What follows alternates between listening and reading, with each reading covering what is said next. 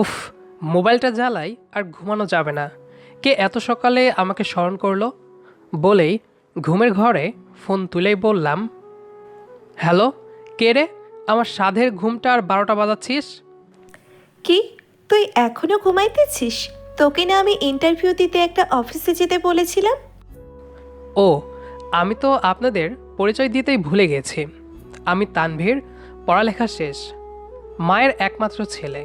মানে আমার বাবা দুনিয়াতে আর নেই। আর এতক্ষণ যে কথা বলছিল সে আর কেউ না, আমার গার্লফ্রেন্ড নূপুর, বাবা মায়ের একমাত্র মেয়ে। চলুন গল্পে ফেরা যাক। এত সকালে কেউ অফিসে যায় নাকি? আমি আরেকটু ঘুমাই, তারপর যাব। এখনো তোর কাছে সকাল আছে? 10টা বাজে। তাড়াতাড়ি ঘুম থেকে ওঠো আর অফিসে যাও। আর সবার সাথে ভালো ব্যবহার করবা, ওকে জান? বাই। Okay, bye. বলেই তাড়াতাড়ি ফোন রেখে ঘুম থেকে উঠে ফ্রেশ হয়ে নূপুরের বলা অফিসের দিকে রওনা দিলাম। অফিসে পৌঁছাতে পৌঁছাতে 11টা বেজে গেল। এরপর জিজ্ঞাসা করে ম্যানেজারের রুমে গিয়ে আমার সার্টিফিকেট দেখাতেই আমার চাকরিটা কনফার্ম করে নিল। আমার ইন্টারভিউও দেওয়া লাগলো না। এর কারণ কিছুই বুঝতে পারলাম না। আর কাল থেকে আমার জয়েনিং হওয়াতে অফিস থেকে চলে গেলাম পুকুর পাড়ে। গিয়ে দেখি নূপুর আগে থেকেই আমার জন্য বসে আছে। নূপুরকে একটু চমকে দেওয়ার জন্য পিছন থেকে গিয়ে চোখ ধরে বললাম, এই মেয়ে, এখানে কি করো? একটা পাগলের দেখা পাওয়ার জন্যে অপেক্ষা করি। তা পাগলটা কে? এখন যে আমার চোখ ধরে আছে সেই পাগল। তুমি বুঝলে কি করে এটা আমি? বারে, আমি তোমাকে ভালোবাসি। আর আমি যাকে ভালোবাসি তার ছোঁয়া, তার কণ্ঠ আমি চিনব না? তাই নাকি? আমার পাগলি। এসব বাদ দাও আর বলো তোমার চাকরির কি খবর? কি আর খবর, আমার চাকরিটা। এমন ভাব নিচ্ছে আমি যেন জানি না চাকরিটা তার হয়ে গেছে। মনে মনে বললাম, কি হলো বলো, চাকরিটার কি খবর? চাকরিটা হয়ে গেছে মেরি জান। তাহলে মুখ গোমরা করে আছো কেন? ভালোভাবে বলা যেত না খুশির খবরটা? তোমাকে একটু চমকে দিতে চেয়েছিলাম। বুঝতে পেরেছি। তুমি আমাকে চমকে কি দিবে? কালকে অফিসে গেলে আমি তোমাকে চমকে দিব মেরি জান। মনে মনে বললাম। কি এত বিড়বিড় করতেছ? চলো পার্কে যাই। তার আগে বলো, দুপুরে কিছু খেয়েছো? না, তুমি? আমিও খাইনি। চলো আমরা পার্কে না গিয়ে একটা রেস্টুরেন্টে যাই। আর আজকে তোমাকে একটা কথা বলার আছে। কি কথা মেরি জান? আগে খাবার খাবো, চলো। বলে নূপুর আমাকে নিয়ে একটা রেস্টুরেন্টে ঢুকে পড়ে। এরপর দুজনে খাবার খেয়ে একটা পার্কে ঘুরতে যাই। পার্কে এসে কিছুক্ষণ ঘোরার পর একটি বেঞ্চে বসার পর আমি বললাম, আচ্ছা নূপুর, তুমি না আমাকে কি জানি একটা কথা বলতে চাইছিলা? ও হ্যাঁ, আমি তো ভুলেই গিয়েছিলাম। আর এখন আমি যা বলি তুমি মন দিয়ে শোনো। বাবা আমাকে 20 দিনের টাইম দিয়েছে। তারপর আমাকে বিয়ে করতে হবে বাবা মায়ের পছন্দ করা পাত্রকে। আমি আমার মাকে বলে দিয়েছি আমি তোমাদের পছন্দ করা পাত্রকে বিয়ে করতে পারবো না। আমি একজনকে ভালোবাসি। তা তোমার বাবা মা কি বলল? আমাকে পুরো কথাটা বলতে দিবে তো আগে? আচ্ছা বলো, আমি শুনছি। তারপর আম্মু বলছে ছেলে কি করে, কেমন দেখতে। আমি বলছি ছেলে চাকরি করে আর দেখতে খুব সুন্দর না হলেও আমাকে খুব ভালোবাসে আর আমার ওকেই চাই। ও আচ্ছা, তা এখন আমি কি করতে পারি? কি আর করবে, তোমার বাবা মাকে নিয়ে আমাদের বাড়িতে আসবে আর আমাকে বিয়ে করে তোমার বউ বানিয়ে তোমার বাসায় নিয়ে যাবে। কি? আমি পারবো না। দেখো, আমি কিন্তু সিরিয়াস, মজা করতেছি না। আমি এখন বিয়ে করতে পারবো না। এখন বিয়ে করতে পারবি না কেন? তোর কী সমস্যা? আমাকে আজকেই বিয়ে করতে হবে তোকে। তুমি ব্যাপারটা বুঝতে পারছো না। এখানে ব্যাপারের কি আছে? তুই তো আর বেকার নোস, এখন চাকরি করিস। আর তার থেকে বড় কথা, তুই আমাকে ভালোবাসিস। তাই এখন আমাকে বিয়ে করতেই হবে। দেখো জান, রাগ করো না। আমাকে কিছুদিন সময় দাও, আমি তোমাকেই বিয়ে করব। বেশি না, মাত্র একটা বছর সময় দাও আমাকে, প্লিজ। কি 1 বছর? জান, বোঝার চেষ্টা করো প্লিজ। তা ওই 1 বছর কি করবি শুনি? একটা গাড়ি কিনবো আর আমাদের বাড়িটাকে নতুন করে তুলবো। তারপর এই বাসাতে তোমাকে নিয়ে গিয়ে রাখবো কোথায়? প্লিজ জান, আমার কথাটা বোঝার চেষ্টা করো প্লিজ। আমি কিচ্ছু জানি না, তোকে আমাকে 3 দিনের ভিতরে বিয়ে করতে হবে ব্যাস। বলেই নূপুর রেগে আমাকে রেখে উঠে চলে গেল আর আমার কোনো কথাই শুনল না। আমিও আর কিছু না বলে বাসার দিকে চলে এলাম। বাসায় ঢুকে ফ্রেশ হয়ে মাকে গিয়ে বললাম, মা, আমার চাকরিটা হয়ে গেছে। মা শুনে খুব খুশি হয়ে বলল, তা বাবা, এবার বিয়েটা কবে করবি? এখনই এত বিয়ে বিয়ে করবে না তো। আগামী 1 বছরের ভিতরে আমি বিয়ে করতেছি না। আর এখন খুব ক্ষুধা লাগছে, আমাকে খেতে দাও। বলেই খাবার টেবিলে বসে পড়লাম আর আম্মু খাবার দিতেই খেয়ে ঘরে ঢুকে বিছানায় শুয়ে পড়লাম আর শরীরটা খুব ক্লান্ত থাকায় ঘুমিয়ে পড়লাম। আর অন্যদিকে নূপুর বাসায় গিয়েই, আম্মু, আব্বু, কই তোমরা? কিরে মা, তোর আবার কি হয়েছে? এভাবে কাঁদছিস কেন? তোমরা আমাকে ভালোবাসো কিনা? কেন মা, তোকে ভালোবাসবো না তো কাকে ভালোবাসবো? তুই আমাদের একমাত্র মেয়ে, আর তোকে কিনা আমরা ভালোবাসবো না? কি হয়েছে মাকে সব খুলে বল। জানো মা, তানভীর নাকি আমাকে 1 বছর পর বিয়ে করবে। এখন নাকি বিয়ে করতে পারবে না, এই কথা বলেছে। ও, এই কথা? তাই আমার পাগলিটা এইভাবে কাঁদছে। তুই চিন্তা করিস না মা, আমি কালকেই তোর বাবাকে ওদের বাসায় পাঠাবো তোর আর তানভীরের বিয়ে নিয়ে। তুই চিন্তা করিস না। তারপর নূপুরের বাবা অফিস থেকে বাসায় ফিরলে নূপুরের মা তার বাবাকে সব খুলে বলে আর নূপুরের বাবা সিদ্ধান্ত নেয় কাল সকালেই সে আমাদের বাসায় বিয়ের প্রস্তাব নিয়ে আসবে। আর অন্যদিকে আমার ঘুম ভাঙতে দেখি সকাল 9টা বাজে। তাই তাড়াতাড়ি ফ্রেশ হয়ে সকালের নাস্তা করে অফিসের দিকে রওনা দিলাম। অফিসে গিয়ে বসের রুমের সামনে দাঁড়িয়ে বললাম, ম্যাম, আসতে পারি? Yes, coming. এ কি, তুমি এখানে? What rubbish, I am your boss. কি, তুমি এই অফিসের বস? তার মানে এই অফিস তোমাদের?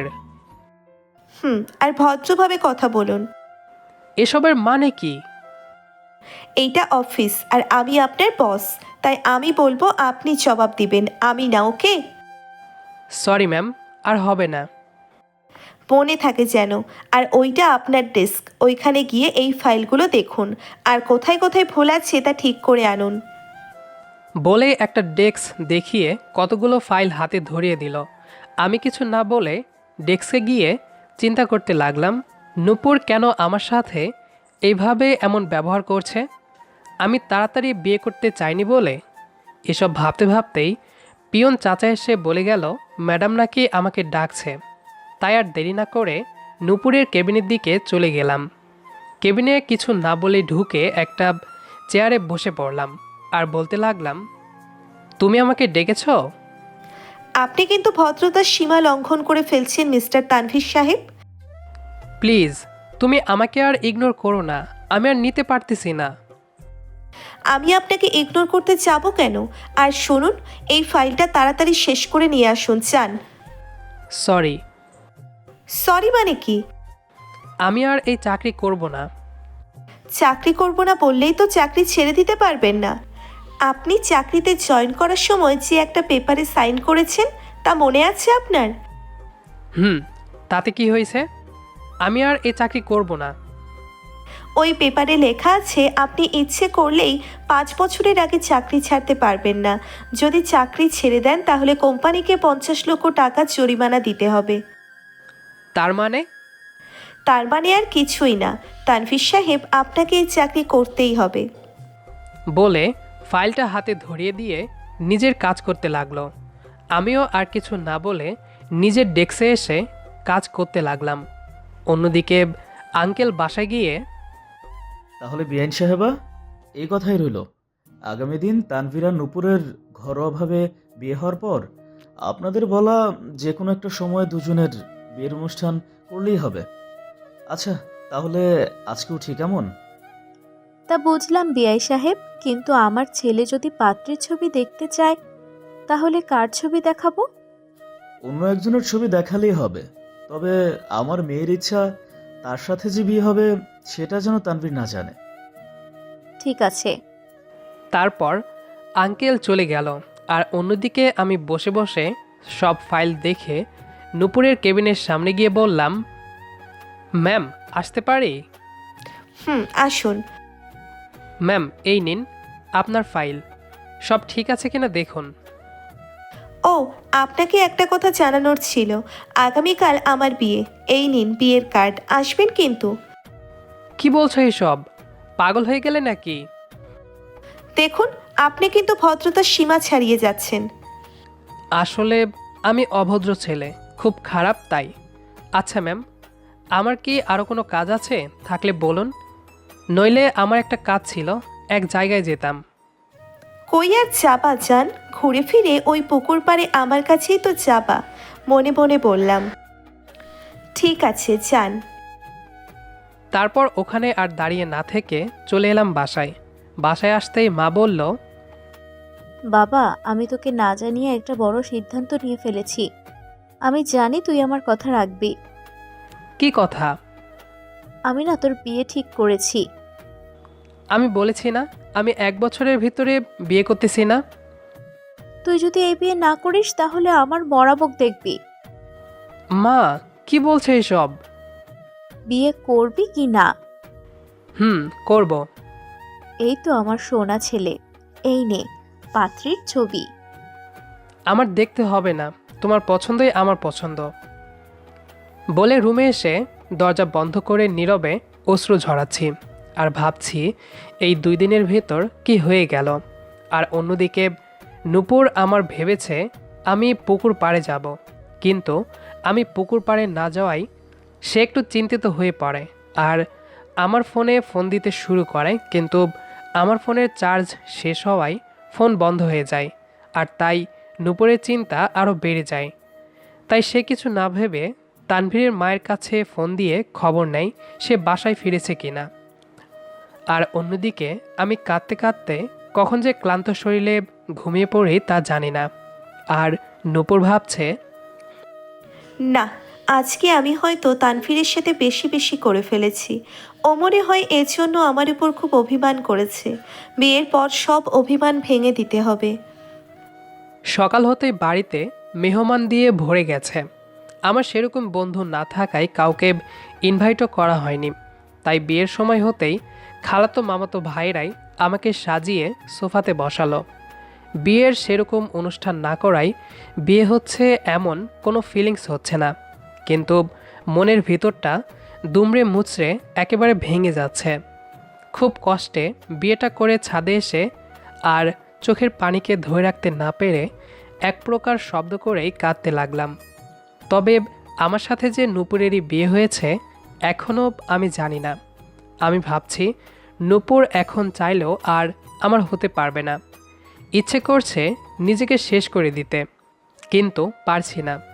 কিছুক্ষণ পর রাত একটু বাড়তেই খালাতো মামাতো ভাইরা জোর করে বাসর ঘরে ঢুকিয়ে দিল। আমি ঘরের ভিতর ঢুকতেই নূপুর যে আমাকে সালাম করতে আসবে, আমি তখনই, দেখুন আপনি আমাকে স্বামী হিসেবে মানলেও আমি আমি কি? আমি আপনাকে স্ত্রী হিসেবে মানতে পারবো না, তাই তো? ঘোমটাটা উঠিয়ে কথাটা বলতেই, এ কি ম্যাম, আপনি এখানে কি করছেন? আমার বউ কোথায়? আমি তো তোমার বউ।